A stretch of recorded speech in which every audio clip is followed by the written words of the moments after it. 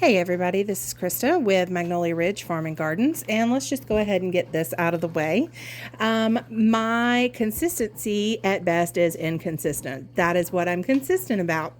So I'm still trying to do at least one a week, but I haven't been very good at that. But I am still working on it. I am very optimistic about my consistency. So anyway, let's get to this apple pie. A friend of mine entered me into the apple pie contest for the local farmers market that I attend. And so I decided, if I'm going to do this, I am going to make it something to remember. And my good friend Beth makes a maple bacon cake that is absolutely amazing and is so full of fall flavor. And I thought, that would go really good with apple. So I decided to make a maple bacon apple pie. And because I am horrible at making crusts pretty, they taste good, but I like to call them rustic, I decided to do a cookie crust. So I mixed and matched multiple recipes to get something that sounded right. And so the first thing I did was grab my dad, and we went up to Canaan, Virginia, where they have our favorite orchards. And we grabbed a bunch of different types of apples because I've always believed that making apple pies with multiple flavored apples make the best pies. And so several of the varieties that I got were like the Gala, the Granny Smith, the McIntosh, the Carolina Red, the Honey Crisp. I can't remember, the Rome. There was another one, Jula. I can't remember everything now. But we got them, I got them back, and I peeled and sliced them very thin and evenly. And I didn't have any brown sugar, which I thought I did. But since I did not, and I was in the middle of making this, and I was actually on a deadline. Speaking of, I knew I was getting to this spot in the video, but have you ever thought when you watch a video and you see it sped up, you're like, man, I wish I could actually do that? And my luck, I would be like a little squirrel, and I would do everything really, really fast, and then I would just like crash and fall off of a, telephone line and, fall into the road and die. But, that's just my luck as a squirrel. And now that I have completely derailed my video, let's get back to it. So, anyway, now that I'm working super fast mode here, peeling these apples, I'm just going to go ahead and tell you that the best way to make brown sugar, if you do not have any, is you mix regular white granulated sugar with molasses. And I'm sure there's a recipe out there to give you exact measurements so that you can make light brown sugar or dark brown sugar. But I am just a splash and dash kind of girl. So while I had these apples cooking or sauteing on the stove in butter, I just dumped some molasses in the appropriate amount of sugar that I needed and called it a day. Now, I will say that you could taste my molasses in my pie. It was a distinctive flavor, but I honestly thought it was amazing. So, just make it to your taste and consistency is the best I can say for you.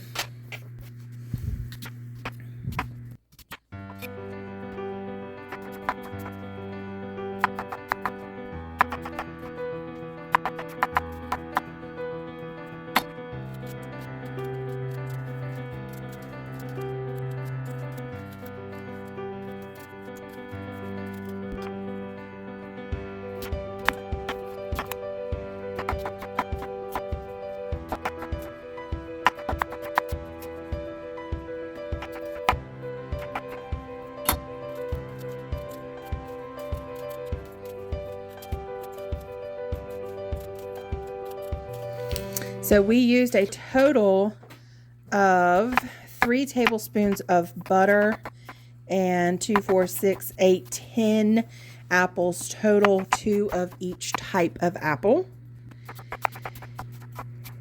And it is going to be 1 cup of packed brown sugar. And so here I am making the brown sugar while the apples are on the stove. And once you make the brown sugar, I'm going to go ahead and add in the rest of my dry ingredients, which is going to be 3 tablespoons of flour, a half a teaspoon of cinnamon, a half a teaspoon of nutmeg, 2 pinches of salt, and the juice and zest of a lemon, which I also did not have, but I did have lemon juice, and I had some little tangelos, the little clementine type oranges. So I used the zest of an orange and the juice of a lemon, or lemon juice concentrate. And you're going to add that to the skillet after about 10 minutes to cook, and then cook for another 10 minutes. So, and then while that is going, you can go ahead and start your bacon. I can't remember if I showed getting the bacon started or not, but everything needs to cool. So you want to kind of get all of your ingredients together at the same time.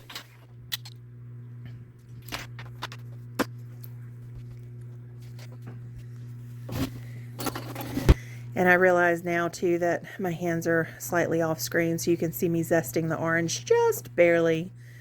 This is what happens when I get in a hurry. I don't check my camera. So yeah, you just add that right into the skillet right there. Stir it up and put it back on the stove.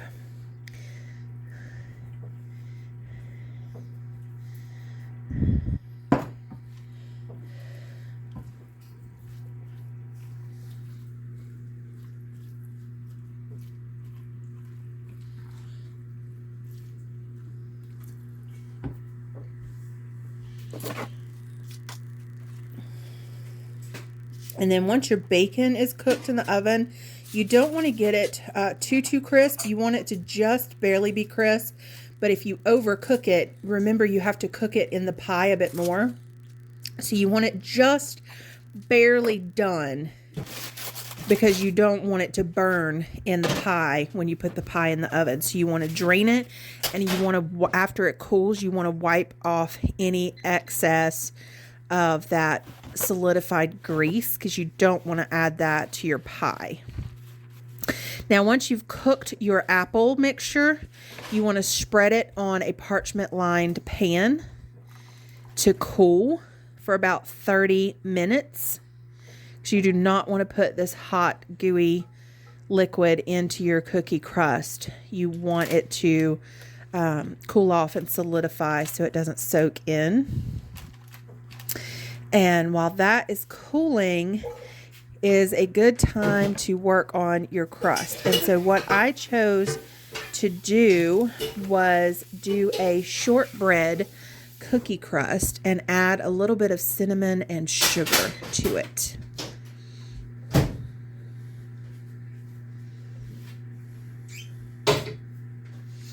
So you're going to start with 1 cup of unsalted butter, which is 2 sticks. I like to use sticks when I'm baking.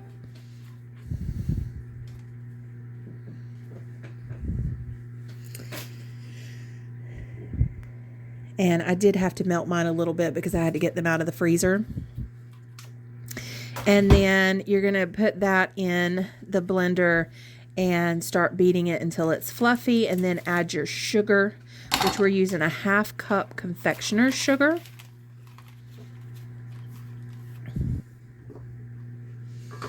And then we're going to add in the flour, which is 2 cups of flour.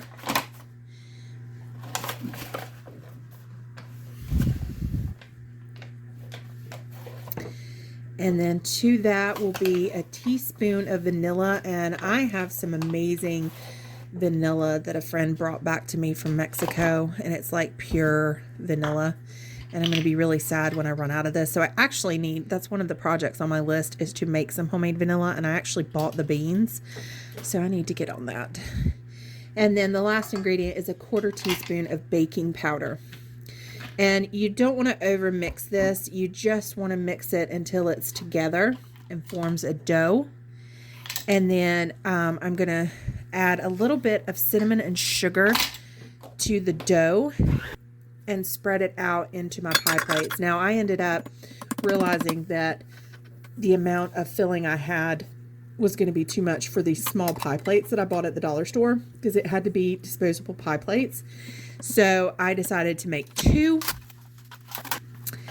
which is, you know, came in the pack, so that worked out well. And then you're going to bake your cookie crust for 10 to 15 minutes in a 350 degree oven, because you want it to be cooled as well before you add that filling.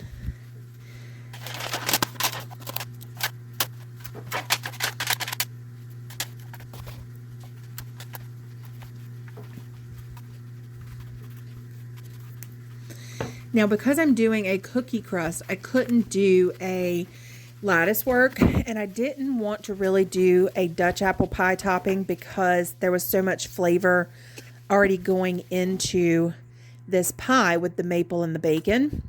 So what I decided to do is make another batch of shortbread cookies, but make these a little bit more flavorful. And so I tweaked a recipe, and we're doing, oh, look here, I'm making some brown sugar again for the cookie recipe. So I'm doing a cinnamon and brown sugar shortbread cookie. And we're doing a 1/2 cup packed brown sugar with 1 cup of butter. And you're going to cream that in your mixer. I think I said blender a while ago, but I meant mixer. So you're going to cream that together, and then you're going to add your 2.5 cups of flour, your pinch of salt, a teaspoon of cinnamon,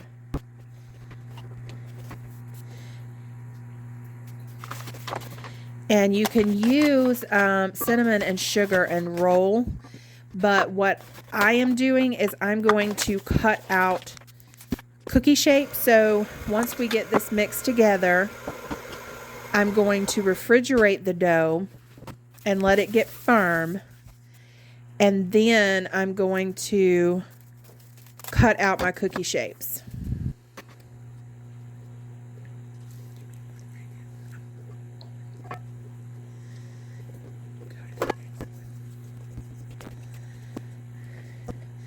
So here we are. So I'm just wrapping this dough up, and you can tell this is a lot darker than the crust dough that I had. So I'm just wrapping it in some saran wrap and forming a log. So kind of like what you get in the grocery store when you get the cookie log that you can just cut the cookies off of. So we're doing that, and we're going to chill it. And I actually chilled this, had all of this done before I went to get my kids. And one of my clips is missing, and that was the clip of actually putting the pie filling in the crust and baking that. And so that part is already done and was cooling off while this batch of cookies was chilling. So here I am back home from picking my kids up, and now I'm making the... Actually, I may not have picked my kids up. I had to go somewhere. I can't remember what it was. It may not have been the kids. But now I'm doing the cookies. So I'm cutting these out, and I'm using some little leaf cutouts. And I tried a little apple one, but it was not working very well. This dough was a little hard to work with. I think it was probably a little colder than maybe I wanted it to be. Well, that's not working.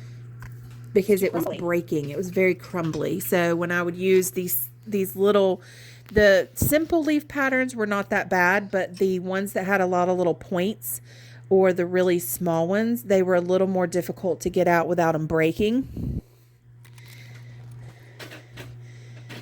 So I think I speed this up pretty quick. Yeah, here we go. So what I decided to do is bake these off, and I let them cool for a little bit, and then I borrowed some petal powder from my friend who is a caterer she makes wedding cakes, and she has this edible colored powder that you use to make like icing flowers and, you know, fondant and stuff like that with. You use it to just brush on. So I grabbed some fall colors like some orange and green and yellow, gold, and rust. And I was like, I'm going to decorate these cookies to really, you know, pop this leaf design. And it does work okay. I just borrowed this one brush, and it was taking a lot longer than I thought to get color on these cookies. And I'm not sure if that's because of the cookie medium that I'm using, if it would have been better on like an icing or something like that. It works, but I will be honest, I probably would have been better off just leaving them plain, because once you topped this apple pie, you know, the color of the apple pie, these kind of duller fall colors on this cookie dough kind of get lost a little bit. Now, it was fun and I enjoyed doing it. I don't regret doing it, but it probably took up entirely more time than it was worth, because I don't feel like it made much of an impact. So I just topped off the pie with these little cookies and in a like a ring format, and then put a few in the center, and that was it. And there were not that many entries, but I did take second place. So I'm pretty happy with that. Now, it was all for fun, and I will admit that a little girl beat me. But she had a beautiful pie, and she had walnuts and all kinds of things in it. It was gorgeous. So I am very happy for her, but I did get beat by a kid. So, you know, it happens. What can I say? But I did get a lot of people that said they really loved the bacon. They would never have thought of putting the bacon in the pie. And it was a very unique taste. I think there was one person that said, you know, it was good, but it was not their style. They didn't really care for it, but most of the feedback I got was that it was amazing. And it was, you know, very unique. So I'm pretty happy with it, and I loved the flavor of it. My daughter loved it. We enjoyed it.